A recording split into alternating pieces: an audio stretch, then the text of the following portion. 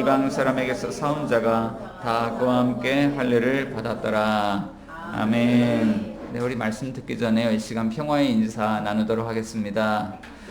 주님의 평화가 여러분들에게 함께 하시기를 바랍니다. 주님의 평화가 여러분들에게 함께 하시기를 바랍니다.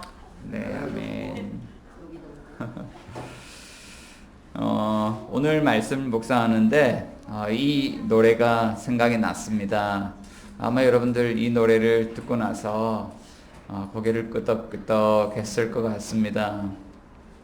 60세의 저 세상에서 날들이러 오거든 아직은 젊어서 못 간다고 전해라. 70세의 저 세상에서 날들이러 오거든 할 일이 아직 남아 못 간다고 전해라. 80세의 저 세상에서 날들이러 오거든 아직은 쓸만해서 못 간다고 전해라.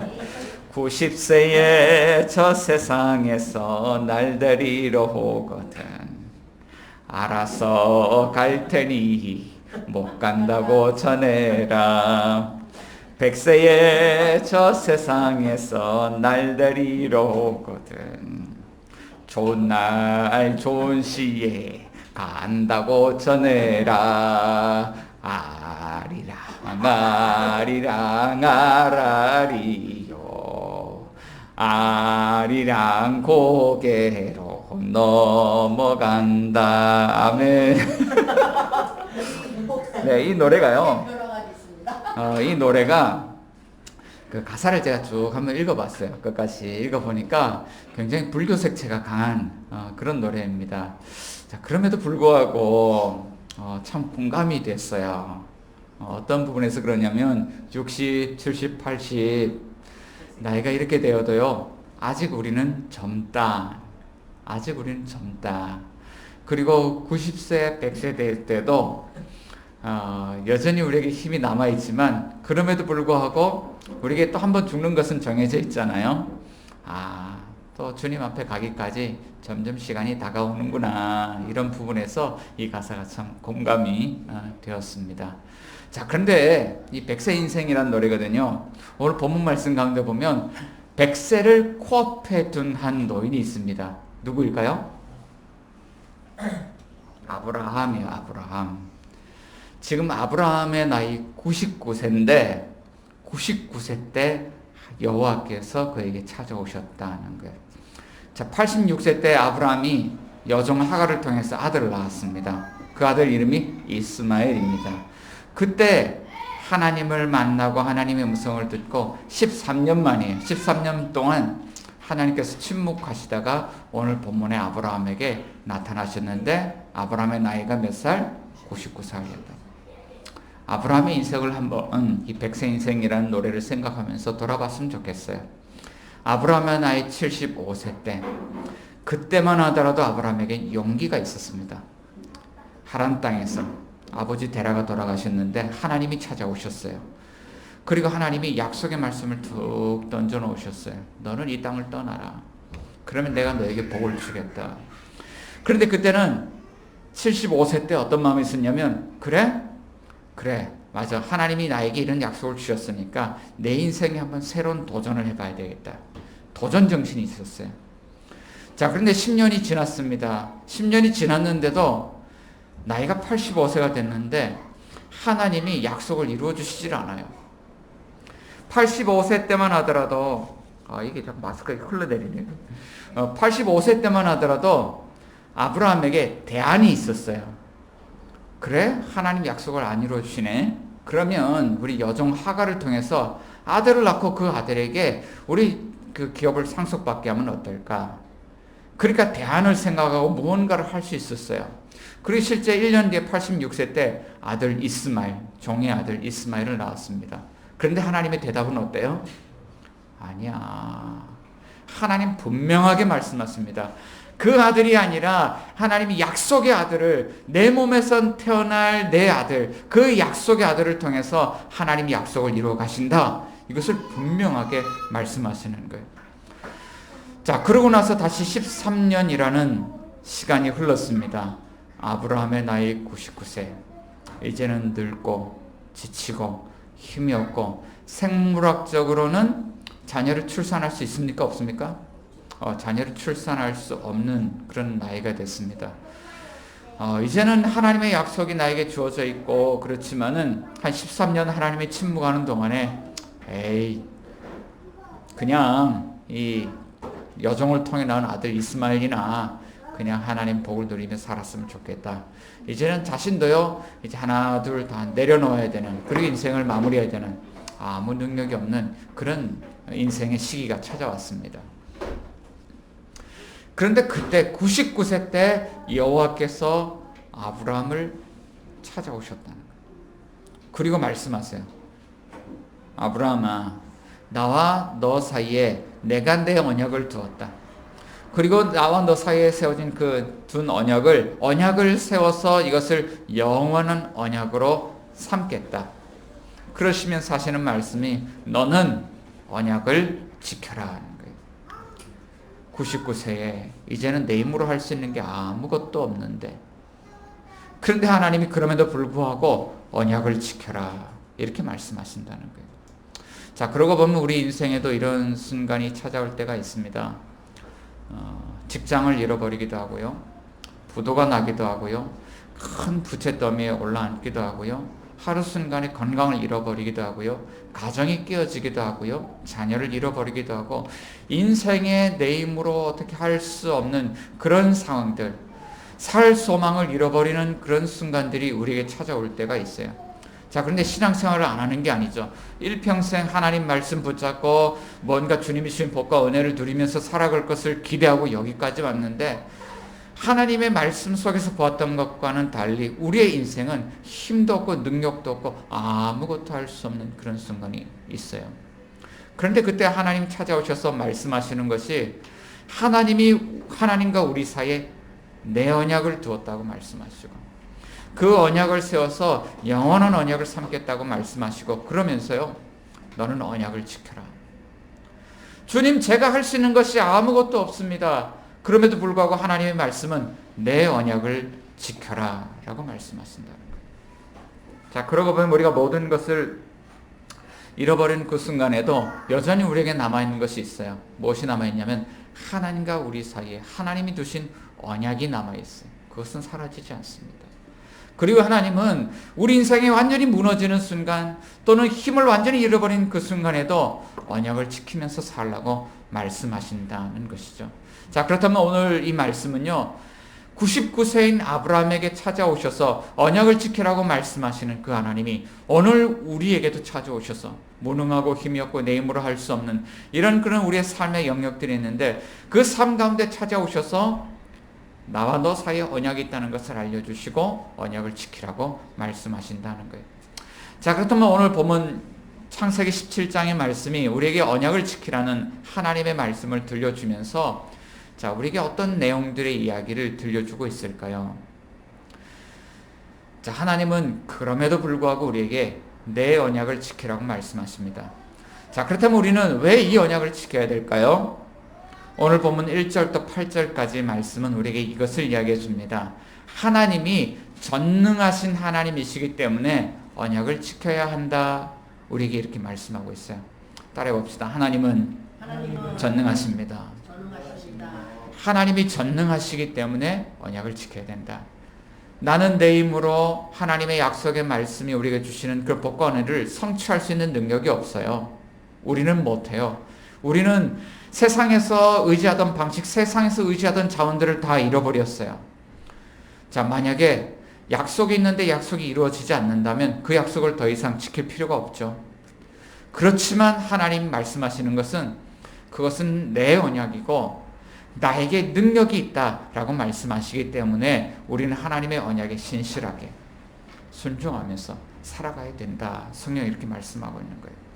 자, 그러고 보면 능력이 있다는 것과 없다는 것은 우리의 삶을 굉장히 다르게 만들어줍니다. 지지난주에 제가 설교 준비를 하는데 제가 사용하는 컴퓨터가 좀 오래되긴 했나 봐요. 설교문을 딱 작성해 놓고 클릭을 하면서 인쇄를 하려고 그러는데 오류가 나가지고 계속 인쇄가 안 돼요. 그래서 인터넷을 다 찾아보고 오류를 수정할 방법을 찾았습니다. 그래서 그렇게 했어요. 그런데 안 돼요. 3시간 동안을 컴퓨터를 붙잡고 있다가 설교문을 출력을 못 해가지고 낑낑낑낑 하다가 제가 얼마나 스트레스 받았겠어요. 그래서 그날 퍼져 갖고 있는데, 그런데 하나님이 제 눈에 보이신 거, 야 다른 것도 있잖아. 그래서요 USB로 그것을 다운을 받아서 옆에 컴퓨터 꽂아가지고 출력을 딱 해보니까요 1분 만에 되는 거예요. 아유 얼마나 어떡하든지. 자, 그러고 나서 일주일이 지났습니다. 그런데 하나님 참 놀랍게도요 노트북을 보내주셨어요.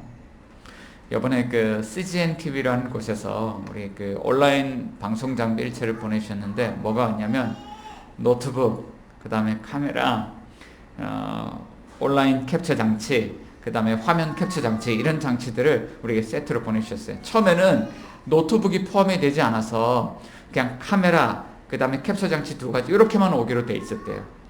그런데 이것이 배송이 늦어졌는데 연락이 왔어요. 우리 노트북도 보내주기로 결정했어요. 그 이번에 그 CGN TV에서 개척교회들이 온라인 방송을 못 하는데 이 방송 할 수 있도록 우리가 온라인 장비들을 좀 지원을 하자, 이런 계획을 세웠는데 거기에 이제 관계되신 분 중에 한 분이 저희 교회를 알아서 이 교회도 좀 보내주십시오 추천을 하셨대요. 그래서 저희 교회가 뜻하지 않게 이런 장비들을 받아보게 됐어요. 컴퓨터를 착 세팅해놓고 기계를 착 펼쳐놓고 지난주에 테스트를 하는데요, 컴퓨터가 착착착착 넘어가요. 얼마나 컴퓨터가 좋은지, 야 기계도 좋은 걸 쓰니 이렇게 결과물이 다르구나, 이제 그런 걸 생각을 했어요. 자, 그러니까 능력이 있다는 것과 없다는 것 얼마나 큰 차이가 나요. 자, 근데 우리와 언약을 맺으시고 우리 인생을 이끌어 가시는 그 하나님이 자신에 대해서 말씀하여 주시는데, 하나님이 자신을 무엇이라고 말씀하시냐면 오늘 17장 1절에 이렇게 말씀하고 있어요. 아브라함이 99세 때 여호와께서 아브라함에게 나타나서 그에게 이르시되 나는 누구라? 전능한 하나님이라. 너는 내 앞에서 행하여 완전하라. 하나님이 나는 그냥 능력 있는 하나님이야 라고 말씀하시지 않고 전능한 하나님, 엘샤다이라는 이름으로 하나님께서 우리에게 나타나셨다라고 말씀하고 있는 것이죠. 자, 그렇다면 하나님께서 1절부터 8절까지의 이 본문 단락 속에서 하나님 무엇을 할 수 있다고 우리에게 알려주실까요? 자, 2절 말씀 가운데 보면요, 2절 한번 봅시다. 내가 내 언약을 나와 너 사이에 두어 너를 크게 번성하게 하리라. 자, 99세 아브라함을 하나님이 어떻게 하세요? 크게 번성하게 하신다. 하나님 그렇게 하실 수 있다는 거예요. 야, 너는 안 된다고 생각하지? 나는 할 수 있어. 자, 또 4절 말씀 한번 볼까요? 보라, 내 언약이 너와 함께 있으니 너는 여러 민족의 아버지가 될지라. 자, 너는 지금 아들이 없는 것 때문에 지금 실망하고 지쳐있지만 나는 너를 단지 큰 민족을 이루게 하는 하나님이 아니라 너를 여러 민족의 아버지로 세울 수 있어. 나는 너를 여러 민족의 아버지가 되게 할 수 있어. 자, 그러면서 5절 말씀 가운데 내 이름을 아브라함이라 하지 아니하고 아브라함이라 하리라. 하나님 이름을 바꾸시죠. 자, 아브라함이라는 것은 어떤 뜻이죠? 여러 민족의 아버지. 전에는요, 그냥 아브라함은 존귀한 아버지란 뜻이에요. 그러니까 이제 아주 귀한 집 아들로 태어났어요. 존귀한 사람으로 살아왔습니다. 그런데 자식이 없었잖아요. 이름을 바꿔주세요. 아니야, 너는 여러 민족의 아버지가 될 거야. 이름을 바꿔주시죠. 자, 그리고 하나님이 또 무엇을 할 수 있냐면 6절 말씀에 또 말씀하시죠. 내가 너로 어떻게? 심히 번성하게 하리니. 하나님이 심히 번성하게 하시면 아브라함에게서 어떤 것이 나오냐면 민족들이 나올 것이고 왕들이 내게서부터 나오리라. 민족들만 나오는 것이 아니라 그 민족들 가운데 왕들이 내게서 나올 거야. 그죠? 자, 7절 말씀 가운데 보면 내가 내 언약을 다와 너 및 내 대대를 후손 사이에 세워서 어떤 언약을 삼고? 영원한 언약을 삼고. 나는 너와만 언약을 세우는 것이 아니라 네 대대로 태어날 네 자손들과 영원한 언약을 세울 수 있어. 나의 약속이 너의 자손들에게서 떠나가지 않게 할 수 있어. 하나님 그렇게 말씀하고 있죠. 자, 8절 내가 너와 내 후손에게 같이 읽어봅시다. 내가 거류하는 이 땅 곧 가나안 온 땅을 주어 영원한 기업이 되게 하고. 자, 여기서 거류한다는 것은요, 나그네의 삶을 산다는 거예요. 자, 우리도 나그네 인생을 살아갑니다. 100세 인생 살면 뭐합니까? 우리 인생이 잠깐 살다 떠나가는 인생이잖아요. 자, 그런데 하나님께서는 어떻게 하시냐면, 아니야, 너희는 잠깐 떠나간 나그네 인생이 아니라 지금 너희가 거류하는 그 땅을 영원한 기업으로 줄 거야. 너희 영원히 살 거야 라고 주님 말씀하고 있죠. 하나님이 그런 일을 하실 수 있다는 거예요. 자, 그런데 15절 말씀 한번 봅시다. 여기서 끝나지 않아요. 15절 읽어봅니다. 시작. 하나님이 또 아브라함에게 이르시되 네 아내 사레는 이름을 사레라 하지 말고 사라라라. 16절. 내가 그에게 복을 주어 그가 내게 아들을 낳아주게 하며 내가 그에게 복을 주어 그를 여러 민족의 어머니가 되게 하리니 민족의 여러 왕이 그에게서 나리라. 자, 사레라는 이름은 나의 공주란. 아브라함도요, 이게 굉장히 귀한 집 아들로 태어났지만 사레도요 아주 귀한 집 여식이에요. 나의 공주님, 이름이 나의 공주예요. 근데 사라라고 하는 이름은요, 여주인이란 뜻인데 하나님이 그 여주인을 어떻게 바꾸시냐면 여러 민족의 어머니. 하나님이 복을 주셔서 89세 여인에게 임신을 하게 하시고 90세에 아들을 낳게 하시면, 그리고 그 아들들을 통해서 민족들이 나오고 여러 왕들이 태어나게 하시면, 자, 그 여인도 여러 민족의 어머니가 된다는 거예요. 하나님이요, 이런 능력을 갖고 있다는 거예요. 자, 그런데 하나님께서 왜 이런 전능한 하나님이라는 이름을 알려주시고 나에게 이런 능력이 있는데 이런 능력으로 너에게 복을 줄 거야, 하나님 왜 이렇게 말씀하고 있죠? 1절에서 8절 사이에서는요, 그 이유를 우리에게 이렇게 이야기합니다. 내가 나와 너 사이에 둔 내 언약 때문에, 그 언약을 성취하기 위해서 이 여호와라는 그 언약의 하나님의 이름, 전능한 하나님이라는 엘사다이라고 하는 그 이름, 하나님의 그 이름, 하나님의 명성 때문에, 내가 그곳에 둔 내 언약 때문에 하나님께서는 이 능력을 가지고 반드시 능력을 이룰 것이다, 약속을 지킬 것이다, 그렇게 말씀하고 있다는 거예요. 자, 그렇다면 우리는 이 말씀을 통해서 이런 생각을 할 수 있습니다. 만일 하나님께서 하나님과 우리 사이에도 하나님의 언약을 두셨다면, 그렇다면 하나님은 그 언약 때문에 하나님의 능력과 권세와 주권으로서 우리에게도 그 언약을 이루어 주시지 않겠느냐. 자, 그런데 문제가 있어요. 언제 이 언약을 이루시겠다고 하나님이 나타나셔서 말씀하시냐면, 아브라함이 99세가 되어서 자기 힘으로는 아무것도 할 수 없는 그때에 여호와께서 나타나셔서 이 말씀을 하신다는 거예요. 아무것도 할 수 없는 그때에. 여러분, 지금 여러분들이 나는 이런 거 할 수 있어 라고 생각하는 거 있죠? 하나님 만날 날이 아직도 멀었어요. 아무것도 할 수 없는 그때.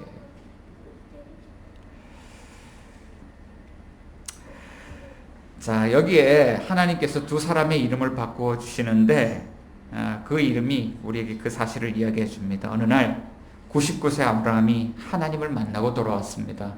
그리고 아내에게, 가족들에게, 함께 일하는 그 종들에게 이렇게 말합니다. 여러분, 이제 저를 아브라함이라고 부르지 말고 아브라함이라고 불러주세요. 여러분, 그리고 제 아내도 사레라고 부르지 말고 사라라고 불러주세요. 근데 사람들이요, 엄청 당황스러워해요.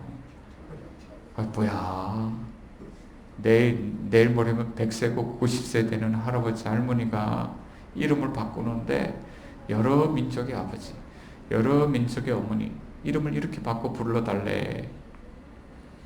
자, 근데 이것이 참 민망해요. 이 두 사람은요, 사실 이 두 사람 사이 편한 자녀가 없었어요. 평생을 불임 부부로 살아왔어요. 그리고 자녀가 없다는 것, 불임이라는 그것이 그들 마음속에 평생의 약점이고 상처고 아픔이고, 자, 그것을 뜯는데요, 그것을 뜯을 때마다 얼마나 아픈지 몰라요. 그 딱지를 뜯을 때마다. 자, 그런데 사람들 앞에요, 아브라함의 할아버지가 나타나고, 여러분, 제 이름 좀 바꿔 불러주세요. 아이를 낳을 수 있는 그런 분이 아닌데, 제가 오늘부터 여러 민족의 아버지예요. 제 아내는 여러 민족의 어머니예요. 자, 이 이름을 바꿔 불러달라고 할 때 사람들의 시선을 생각하면서 아브라함이, 사레가 얼마나 민망해했을까요? 얼마나 부끄러워했을까요? 자, 그럼에도 불구하고 이름을 바꾸죠. 왜냐하면 전능하신 하나님께서 말씀대로 약속대로 상황을 바꾸어 주실 것을 믿기 때문에. 오늘 저희 교회도요, 사실은 이름을 한번 바꿨죠. 예, 수원교회에서 유스티 교회라는 이름으로 이름을 바꾸었습니다. 여기 보시면 여기 가렸는데 여기에 복음은 모든 것을 바꿀 수 있습니다 라는 한 문장이 적혀 있어요. 복음은 모든 것을 바꿀 수 있습니다. 복음이 전파되면 우리 개인의 삶을 바꿀 수 있지만 이 복음이 전파되면 뉴시티, 이 도시를 새롭게 할 수 있습니다. 죄악된 세상의 문화가 그리스도의 문화로 바뀌어지고 이 세상이 정말 하나님이 통치하신 하나님의 나라로서 살만하는 도시로 바뀌어질 것을 믿습니다. 그런데 이것을 이야기하면 주변 사람들이 얼마나 민망해할까. 아이고 저 조그마한 교회가 뭘 하겠다고 그렇게 볼 수 있잖아요. 어쩌면 이름을 바꿔볼 뉴시티라고 바꿔주세요라고 했을 때 사람들은 아유 참 이름을 거창하게도 바꾸네 그럴 수 있습니다. 그렇지만 우리는 이름을 바꿀 때 믿음으로 바꾸는 거예요. 우리가 하는 것이 아니라 전능하신 하나님이, 우리가 아무것도 할 수 없을 때 하나님은 그것을 할 수 있기 때문에 우리는 주님 믿고 이름을 바꿀 수 있는 것이죠. 자, 하나님이 하실 수 있기 때문에 하나님 우리에게 말씀하시는 것은 너희는 아무것도 할 수 없을지라도 내 언약을 지키며 살아야 된다라고 말씀하고 있는 거예요. 자, 그러면 어떻게 해야 우리가 하나님의 언약을 지키며 살아갈 수 있나요? 자, 둘째는요, 할례를 행하라 라고 말씀하고 있습니다. 따라해 봅시다. 할례를 행하라. 자, 우리 승호 준호한테 묻겠습니다. 할례를 행하는 것이 무엇인가요? 할례를 행한다는 것이 무엇인가요? 네, 고개를 절레절레 흔들고 있지만 웃는 것을 보아서 이것이 뭔지 알고 있는 것 같아요. 자, 언약을 지켜라. 9절 말씀 가운데 보면 하나님이 또 아브라함에게 이르실 때 그런즉 너는 내 언약을 지키고 내 후손도 대대로 지켜라. 언약을 지켜라. 두 번이나 반복하죠. 자, 언약을 어떻게 지키냐면 10절 같이 한번 읽어봅시다. 시작. 너희 중 남자는 다 할례를 받으라. 이것이 나와 너희와 너희 후손 사이에 지킬 내 언약이니라. 언약을 지키라는 것은요, 하나님이 이것을 요구하십니다. 할례를 받으라는 것입니다. 자, 그리고 9절부터 14절 단락이 무엇을 이야기하냐면 할례를 받는다는 것이 어떤 것인지를 구체적으로 알려줘요. 할례를 받는다는 것은 무엇이냐면 11절 말씀 가운데 보면 포피를 베어라. 그죠? 남성의 그 생식기 이제 끝부분에 포피를 베는 것. 자, 그것이 할례라고 말씀하시죠. 자, 그런데 이 할례는 누가 행하는 것입니까? 10절 말씀 가운데 보면 너희 중 남자는 다 행하라는 거예요. 다. 자, 12절 말씀 가운데 보면 자, 너희의 대대로 모든 남자는 집에서 난 자나 또는 너희 자손이 아니라도 이방 사람에게서 돈으로 산 자를 막론하고 다. 태어난 자나 돈으로 산 자나 모두가 다 아브라함 집에 들어왔다면 할례를 받아야 된다. 할례를 왜 받아야 되죠? 11절 말씀 가운데 보니까 포피를 베어라. 이것이 나와 너희 사이의 언약의 표징이기 때문에. 언약의 표징이라는 것은 하나님과 우리 사이에 약속이 있다는 것을 표시하는 것입니다. 하나님과 우리 사이에 약속이 있다는 것을 표시하는 그 표징, 증거, 그 표시를 새겨야 된다, 가져야 된다라고 하는 것이죠. 자, 그렇다면 언제 이 일을 행해야 되죠? 12절 보니까 난지 8일 만에. 자, 이 말은 어떤 의미냐면 태어나자마자예요. 태어나자마자. 히브리인들 가운데 아이들이 태어나면 율법에는 어떻게 이야기하냐면 7일간 산모가 출혈로 인해서 부정합니다. 그리고 산혈이 깨끗해지는 시기가 7일인데 그 7일이 지나고 8일째가 되면 산모 아이를 사람들이 만날 수가 있습니다. 자, 그러니까 태어나서 처음 만나는 그날, 처음 만나는 그 자리에서 뭘 합니까? 할례를 받아라. 자, 그렇다면 이방인에게서 돈으로 산 자가 있습니다. 그 사람 언제 할례를 행합니까? 이 공동체에 처음 들어왔을 때, 그때 할례를 통해서 이 공동체 안으로 들어와야 된다. 이렇게 이야기를 하는 거죠. 자, 그러니까 할례는요, 태어나자마자 만났을 때 처음. 자, 그렇다면 우리가 이 할례를 받으라는 이 말씀에 명령에 순종했을 때 우리의 삶이 어떻게 될까요? 순종의 결과 13절 자, 이에 내 언약이 너희 살에 있어 무엇이 됩니까? 13절 영원한 언약이 된다. 하나님께서 우리 사이에 두신 그 약속을 이루어 가시는데 영원히 그 약속을 이루어가게 하신다. 영원히 하나님의 약속의 말씀 우리 가운데 함께 하신다. 영원한 언약이 된다. 자, 만약에 불순종하면 어떻게 될까요? 14절. 네, 그 백성 중에서 끊어지게 되리니 그가 내 언약을 배반하였음이라. 끊어지게 된다는 거예요. 포피를 베어낼 때 그 살갗이 잘려 나가는 것처럼 만약에 하나님의 언약을 배반했을 때 너희들도 백성 중에서 끊어지게 될 거야. 하나님 그렇게 말씀하고 있죠. 자, 하지만 고대 근동 지방의 문화를 보면 이 할례라고 하는 것은요, 단지 아브라함에게만 주어진 아브라함 공동체 전유물은 아니었습니다. 이집트에서도 할례를 했다는 기록이 있고요. 히타이트족 문헌에서도 할례를 행하였다는 문헌이 있습니다. 유아 할례를 행하고 성인식에서 할례를 행하고 결혼식에서 할례를 행하였습니다. 자, 이런 의미죠. 유아 할례를 행했다는 것은 아이가 태어난 지 7일이 되었을 때 신께 이 아이를 바치는데 그때 할례를 행하는 것입니다. 근데 신께 바친다 그러면 인신 제사를 드리는 거잖아요. 그런데 할례의 성격이 뭐냐면 그것을 잘라내고 피를 보는 거예요. 그러니까 이것은요, 아이를 인신 제사를 드리는데 아이의 생명을 완전히 바치는 게 아니라 포피를 잘라냄으로써 그 아이를 제물로 드리는데 이제 이 아이는 신께 속한 아이가 되었다. 그런 의미로서 이 할례를 행합니다. 자, 결혼식을 할 때도 할례를 행합니다. 결혼식을 할 때 신랑이 할례를 받는데 신부의 가족 남자들이 다 몰려와가지고 신랑을 붙잡고 할례를 행하는 거예요. 얼마나 충격을 받았겠어요. 그런데 그 할례에는 이런 의미가 있습니다. 이제 너는 다른 집 사람이 아니라 우리 집 사람이야. 너 우리 딸내미 우리 동생 눈에서 눈물 나게 하면 너 어떻게 될지 알아? 뭐 이런 의미겠죠. 너는 다른 집 사람이 아니라 우리 집 사람이야. 자, 그러니까 할례를 행한다는 것은 공통적으로 어떤 의미가 있냐면 구별한다는 의미가 있는 거예요. 하나님께서 아브라함에게 너희 집 모든 남자는 언약을 지켜야 돼. 할례를 받아야 돼. 라고 말씀하셨습니다. 그때 이런 의미가 있죠. 이제 이 가정에는 하나님의 약속이 머무는 가정인데 하나님과 약속을 맺은 가정으로서 언약을 맺은 가정으로서 이제는 구별되어져야 돼. 이런 의미죠. 자, 그리고 너는 이제까지 하나님의 약속을 붙들고 살면서도 하나님을 의지하지 않고 네 힘을 의지하고 살아왔던 그런 시기가 있었어. 그런데 이제부터는 할례를 행한 이후로 어떻게 살아야 되냐면 네가 네 힘으로 살아가는 것이 아니라 오직 이 약속을 성취하실 수 있는 분이 유일하신 전능하신 하나님이신 것을 믿고 그분만을 의지하고 그분만을 신뢰하고 그분의 약속을 따르며 그분께 너의 순결한 마음을 들여서 그분을 예배하는 오직 그분만을 믿고 따르는 삶을 살아야 돼. 순결의 의미가 있는 거야. 자, 그리고 너희 집안 대대로 남자들이 태어날 텐데 다 할례를 행해야 된다. 이것은 어떤 의미냐면 이제는 너도 하나님께 순결해야 되지만 너희 집에서 태어나는 모든 사람들이 하나님께 순결하여서 이제는 어떻게 살아가야 되냐면 하나님의 말씀대로 살아가야 돼. 언약에 신실하고 충성된 그런 삶을 살아가야 돼. 이런 의미가 할례를 행한다라는 그 말 속에 있는 것입니다.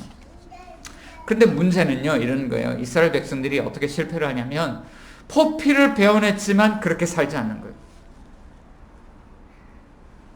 하나님을 신뢰하고 의지해야 되지만 이 백성들이 다른 것을 신뢰하고 의지합니다. 인간적인 방식, 세상적인 자원을 의지합니다. 자, 그러면서 이렇게 이야기를 하죠. 우리는 할례를 받았으니까 나는 하나님의 백성이야 라고 이야기를 한다는 거예요. 그러니까 이것을 바라보는 하나님이요, 마음이 편치 않으신 거예요. 자, 그래서 하나님께서는 모세를 통해서 이렇게 말씀하십니다. 신명기 30장 6절 말씀에 내 하나님 여호와께서 네 마음과 네 자손의 마음에 할례를 베푸사 너로 마음을 다하며 뜻을 다하며 내 하나님 여호와를 사랑하게 하사 너로 생명을 얻게 하실 것이다. 마음의 할례를 베푸신다.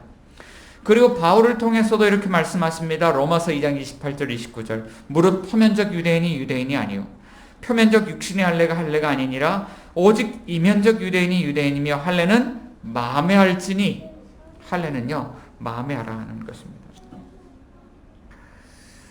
자, 그러고 보면 우리는 때로는 이렇게 살아갈 때가 있습니다. 누군가 나에게 피해를 준 사람이 있어요. 그리고 나서 마음에 상처를 입고 나서 이렇게 생각을 합니다. 야, 저 사람 참 상종 못할 사람이네.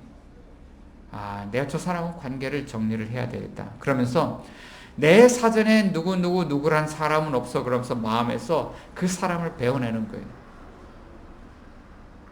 그리고 다시는 그 사람하고요 상종을 하지 않습니다. 그 사람의 어떤 연락을 취하고 어떻게 가까워지려고 해도 마음을 열지 않고 그냥 베어내는 거예요. 자, 그런데 어떻게 보면 우리의 삶에 사는 그것이요 마음의 할례를 행한다는 그런 의미가 있습니다. 우리가 하나님을 신뢰하고 살아갈 때, 언약의 하나님을 신뢰하고 살아갈 때, 이제 전에는 내가 어떤 인간적인 방식이나 세상적인 그런 자원들을 의지하며 살아왔지만, 돈을 의지하고 성공을 의지하고 권력을 의지하고 힘을 의지하고 살아왔지만, 하나님 이제는 내가 더 이상 그런 것들을 의지하지 않고 오직 하나님만을 나의 구주로 믿고 오직 하나님만을 섬기며 하나님만을 신뢰하며 하나님만을 예배하며 살겠습니다. 그러면서 마음에서 다른 것들을 다 잘라내는 거예요. 오직 우리의 마음속에 하나님 한 분만이 있게 하는 것. 이것이 마음의 할례를 행한다는 것이죠. 하나님이 우리에게 원하시는 것은 이런 것입니다. 언약을 지키라는 것은 이제 전능하신 하나님이 약속을 이루실 수 있다는 것을 믿고 그분을 의지하고 다른 것을 의지하지 않는다는 거예요. 자, 그러면 이렇게 살아갈 때 우리 인생이 어떻게 될까요? 자, 셋째, 하나님은 우리에게 웃음을 주신다고 말씀하고 있어요. 따라해봅시다. 하나님은 웃음을 주신다. 자, 우리가 이런 삶을 살아갈 때 하나님이 우리 인생 가운데 주신 약속은요 예기치 않은 그런 기쁨, C.S. 루이스가 예기치 않은 기쁨이라는 그런 단어를 썼던 것 같아요. 예기치 않은 기쁨을 주신다 이렇게 말씀합니다. 99세 노인 아브라함이요 지금 엎드렸어요. 키득키득 웃고 있어요. 할아버지가 엎드렸어요. 하나님 말씀을 듣는데 혼자서 크득크득 웃고 있어요. 아유, 하나님 무슨 말씀이세요? 지금 내일 모레면 제 나이가 몇 개인지나 아세요? 이제 2자릿수 넘어서 3자릿수예요. 아우, 제가 민망스럽게 무슨 아들을 낳는다고. 하나님, 아들을 낳아도 우습고 민망하니 그냥 저에게 있는 이 여종의 아들, 하갈의 아들 이스마엘이나 하나님 앞에서 살게 해주세요. 언젠간 한 여집사님이 찾아왔어요. 저희 교구 집사님이었는데, 목사님, 저 더 이상 여기 교회 못 다닐 것 같아요. 왜요? 말을 못해요. 그래요. 그리고 이제 얼마 되지 않아서 나중에 그 사실을 알게 되었습니다. 50세에 아이를 임신을 한 거예요. 그 민망해가지고 너무 부끄러워해서 목사님, 제가 이 교회 못 다닐 것 같아요. 제가 그렇게 이야기를 했던 거예요. 자, 근데 나중에 오히려 모든 사람들이 축복해주고요, 이 아이를 또 잘 키우고 또 교회에서 정착해서 잘 지내게 되었습니다. 자, 그런데 50세에도 이렇게 우리는 부끄러움을 타고 수줍음을 타는데 아브라함 100세잖아요. 자신의 한계 상황을 봤어요. 얼마나 웃긴지 몰라요. 하나님 말씀하시는데, 야, 내가 너에게 아들을 낳아주게 할 거야. 근데 아이고, 하나님 무슨 말씀이세요? 민망하기 싫어.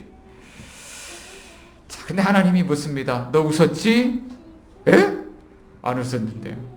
이 레파토리가요 아브라함 족장 이야기 가운데 계속 나와요. 다음 장에 보면 사라도 웃어요. 사라도 속으로 킥킥 웃고 있어요. 그랬더니 하나님 물으세요. 야, 너 지금 웃었지? 예? 아니요, 안 웃었어요. 자, 어찌됐건 간에 100세, 90세에 아이를 낳는다는 것은 자, 웃어야 될 일입니다. 그런데 하나님의 말씀에 뼈가 들어있어요. 19절 같이 한번 읽어봅시다. 19절 시작. 하나님이 이르시되 아니라 네 아내 사라가 내게 아들을 낳으리니 너는 그 이름을 이삭이라 하라. 내가 그와 내 언약을 세우리니 그의 후손에게 영원한 언약이 되리라. 야, 너 지금 웃었지? 아니요, 안 웃었는데요. 야, 두고 봐. 너 웃게 될 거야. 내년 이맘때쯤에 아들을 낳게 될 텐데 그 아들 이름이 웃음이야. 이삭이란 이름의 뜻은요, 웃음이란 뜻이에요. 자, 너가 지금 부끄러워서 안 웃었다고 그러지? 너 반드시 웃게 될 거야. 내가 너 웃게 만들어 줄게. 네 아들 이름은 웃음이야. 라고 이제 하나님 말씀하고 있다. 자, 그런데 이 기쁨은요, 하나님이 오늘 우리에게도 주시는, 약속하시는 기쁨이에요. 갈라디아서 4장 4절 7절까지 말씀 가운데 보면 우리 갈라디아서 한번 찾아봅시다. 갈라디아서 4장 4에서 7절 말씀은 신약성경 306면에 있습니다.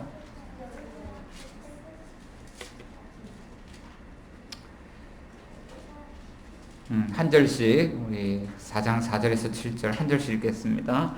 자, 때가 참에 하나님이 그 아들을 보내사 여자에게서 나게 하시고 율법 아래에 나게 하신 것은 율법 아래에 있는 자들을 순전하시고 우리로 아들의 영혼을 얻게 하시고 너희가 아들임으로 하나님이 그 아들의 영혼을 우리 마음 가운데 보내사 아빠 아버지라 부르게 하셨느니라. 내가 이 이유는 종이 아니요 아들이 되니 아들이면 하나님으로 말미암아 유업을 받을 자입니다. 네, 때가 참에 하나님이 그 아들을 보내신다. 누구냐면 이삭 이야기죠. 때가 참에 내년 이맘때가 되면 아들이 태어날 거야. 그 이름은 웃음이야. 아들이 태어나요. 자, 그런데 그 아들이 여자에게서 나고 율법 아래에서 나게 되는데 5절 보니까요. 율법 아래에 있는 자들을 속량한다. 율법 아래에 있는 자들을 속량한다. 자, 율법 아래에 있다는 것은 율법을 지키는 것을 통하여서는 우리 자신을 구원할 수 없는 사람들. 소망이 없죠. 아무리 율법을 열심히 지키려고 노력을 해도요. 이 세상의 죄악과 하나님의 저주 가운데서 벗어날 길이 없어요. 자, 그런데 속량한다. 그들을 값주고 사신다는 거예요. 그 이유는 율법 아래 있는 자들을, 그들이 우리인데 우리에게 아들의 명분을 얻게 하려고, 우리를 아들 삼으려고. 자, 6절 너희가 아들임으로 하나님이 그 아들의 영을 우리 가운데 보내사 아빠 아버지라, 하나님을 아빠 아버지라 부르게 하시고. 자, 그러고 보니까 이제는 종이 아니라 율법의 종, 죄의 종, 그런 저주 아래 있는 자가 아니라 이제는 아들로서 하나님으로 말미암아 하나님의 나라를 유업으로 받을 사람이다. 할렐루야. 아멘. 자, 하나님이 이 이삭을 낳는 것을 통해서 이런 놀라운 일들을 행하시는데, 자, 이삭은 누구냐면, 자, 이삭은요, 이삭보다 더 나은 아들이에요. 예수 그리스도죠. 우리는 하나님께서 보내신 아브라함과 다윗의 자손 예수 그리스도를 통하여서 어떻게 되냐면, 우리가 소망이 없고 우리는 능력이 없었는데 속량하신 그 사건 때문에 하나님의 자녀가 되고, 또 하나님이 그 아들의 영을 우리에게 보내주셔서 우리도 하나님을 아버지라고 부를 수 있게 되고, 아브라함의 자손이 아니라, 영적인 아브라함의 자손이 아니라 하나님의 아들로서 왕같은 아들이에요. 왕같은 아들. 하나님의 아들로서 하나님의 나라를 유업으로 물려받는다. 자, 그러니까 우리는 아무것도 한 것이 없는데, 능력이 없는데 어느 날 하나님의 아들이 되어 있고 하나님의 유업을 보게 될 그날이 온다. 근데 이미 그 나라가 우리에게 임하였죠. 자, 그런데 이 일을 통해서 우리에게 큰 기쁨이 주어진다는 거예요. 우리가 뭐 코미디 빅리그를 봐야 기쁘는 게 아니라요, 이것이 진짜 우리에게 참된 기쁨, 즐거움이라는 거예요. 자, 그런데 오늘 본문 우리에게 이렇게 묻는 거예요. 그럼에도 불구하고 왜 소망이 없다고 생각될 때, 무기력하다고 생각될 때 왜 소망 없는 자로 살아가느냐? 주님 우리에게 그렇게 묻고 있는 거예요. 지난주에 그 7월 2일자 서울신문에 여기는 인도라는 코너에 이런 사진이 한 장 실렸습니다. 1살짜리 아기를 안고 아버지가 병원 바닥에 누워서 오열하는 장면이에요. 이 아기가 아마 코로나에 걸린 것 같아요. 고열이 나서 병원에 찾아왔습니다. 이 아이를 치료해 주세요. 그런데 병원에서 치료를 해주지 않아요. 병상이 부족하다고 계속 거절합니다. 결국 그 아이는 45분간 그렇게 실랑이를 벌이다 45분 후에 세상을 떠나게 됐습니다. 그러니까 아버지가 이 아이를 안고 바닥에 뒹굴며 오열하는 모습이 사진에 담겼습니다. 그 아버지가 이렇게 말했어요. 저는 가난합니다. 저는 가난하고 이 아이를 위해서 제가 해줄 수 있는 것은 아무것도 없었습니다. 자, 그 아버지의 마음속에 절망밖에 없어요. 그런데 지난주에 또 이런 일도 있었습니다. 홍콩 그 민주화 진영의 민주화 인사와 방송국에서 어느 한 기자가 서로 인터뷰를 했는데, 나는 두렵습니다. 중국의 홍콩 보안법이 새롭게 제정이 됐는데, 이제는 우리가 이렇게 시위를 하면 본토에 가서 재판을 받아야 합니다. 붙잡혀가는 게 그런데 두려운 게 아니라 우리가 더 이상 두려워서 민주화운동을 하지 못할 것이 두렵습니다. 두렵다는 거예요. 자, 그런데 그 남 이야기는 아니죠. 우리나라도 마찬가지입니다. 지금 정치권에서 추경 예산 때문에 한참 말들이 많습니다. 35조 원 슈퍼 추경 예산. 자, 그 추경 예산에 반영된 것은 뭐냐면 어떻게든 코로나19로 인해서 침체된 경기를 살리고 어떻게든 이 땅의 백성들을 살리고 경기를 살려보겠다는 의지가 그 안에 담겨 있습니다. 그런데 불구하고 백성들 마음속에 가지고 있는 것은 불안과 두려움입니다. 과연 회복될 수 있을까? 그런데 교회들도 마찬가지입니다. 지금 주변에 많은 교회들 이런 소식 들려요. 어느 교회는 40일 특별 새벽 기도합니다. 어느 교회는 21일 특별 새벽 기도를 합니다. 그러면서 우리가 이 코로나 시기에 하나님 앞에 부르짖어야 합니다. 그런데 이렇게 이야기를 해요. 그런데 주여는 외치지 말아달라고 이야기를 한다는 거예요. 코로나19로 돌아가서 말씀도 듣고 기도도 하고 싶고 뭔가 주여도 외치고 싶은데 할 수 없는 그런 두려움, 불안감이 우리에게 자리를 잡고 있습니다. 그러면서 이렇게 낙심이 된 그런 상태로 살아가고 있죠. 우리가 해결할 수 있는 것이 하나도 없습니다. 그런데 어디 이런 문제들 뿐입니까? 우리가 살아가면서 해결할 수 없는 일들이 얼마나 많은지 몰라요. 그렇지만 하나님은 오늘 말씀 통해서 이렇게 말씀하십니다. 나와 너 사이에 언약이 있고 하나님께서는 그 영원한 언약을 세워서 반드시 이룰 것이고 내가 그 언약을 이룰 전능하신 하나님이라. 한 아들을 통해서 너희에게 큰 기쁨을 줄 것이다.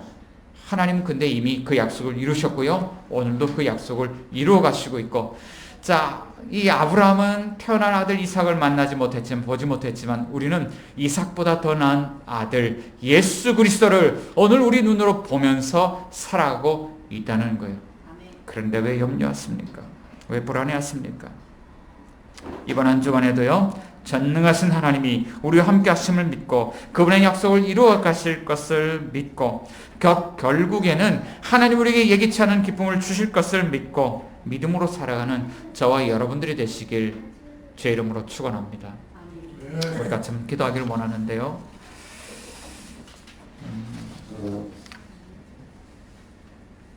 주님, 우리는 우리 힘으로 할 수 없는 그런 많은 상황들을 안고 있습니다. 지금 세상 사람들은 그것 때문에 다들 염려하며 두려워하며 불안해하며 떨며 살아가고 있습니다. 주님, 그럼에도 불구하고 우리에게는 하나님이 세우신 언약이 있고 하나님께서 전능하신 하나님께서 그것을 이루어 가실 것을 믿습니다. 주님, 오늘도 저희가 그 하나님을 믿음으로 붙들며 언약을 지키며 살아갈 수 있도록 주여 우리를 도우시고 인도하여 주시옵소서. 이런 제목 가지고 우리 같이 한번 통성으로 기도합시다. 기도하겠습니다. 사랑과 은혜가 풍성하신 하나님 아버지, 은혜를 감사합니다. 하나님 아버지, 세상이 흑암 가운데 절망하며 절규하며 낙심하며 쓰러져 오열하는 이때에 그럼에도 불구하고 오늘 이 말씀을 통하여서 하나님과 우리 사이에 언약이 있고 이 모든 상황을 뛰어넘어서 일하시는 전능하신 하나님 계시다는 것, 그리고 그 하나님 때문에 오늘도 우리가 무능하지만 하나님의 언약의 말씀을 지키며 살아가야 된다는 것을 알게 하여 주셔서 감사를 드립니다. 주님, 오늘 우리 마음속에 그럼에도 불구하고 하나님 외에 다른 것들을 의지하는 것들 있습니다. 아버지 하나님이여, 우리 마음을 주여 다스려 주시옵소서. 우리 마음이 세상에 있는 것들, 인간적인 방식들, 세상적인 자원들을 의존하는 것이 아니라 오직 전능하신 하나님, 우리 언약을 맺힌 언약의 하나님, 우리 주님을 믿고 따를 수 있도록 주여 도와 주시옵소서. 주님이 능력이 있습니다. 주님에게 능력이 있습니다. 주님에게 우리를 구원하실 능력이 있습니다. 주님 하나님의 아들 예수 그리스도께 우리를 구원하실 능력이 있습니다. 우리를 하나님의 자녀 삼으시고 하나님 나라를 기업으로 주실 능력이 있습니다. 아버지 하나님이여, 이 세상의 다른 것들에 유혹되지 아니하게 하시고 오늘도 하나님 말씀 붙들고 씨름하게 하시고 오늘도 기도의 자리에 무릎 꿇게 하시고 오늘도 믿음의 자리에 서게 하시고 오늘 하나님의 영광을 드러내는 자리에 있게 하셔서 하나님 우리의 삶이 오직 주님 때문에 살고 주님 때문에 웃고 주님 때문에 열매 맺는 삶이 될 수 있도록 주여 도와 주시옵소서. 감사드리며 예수님의 이름으로 기도드리옵나이다. 아멘. 다 같이 찬송가 500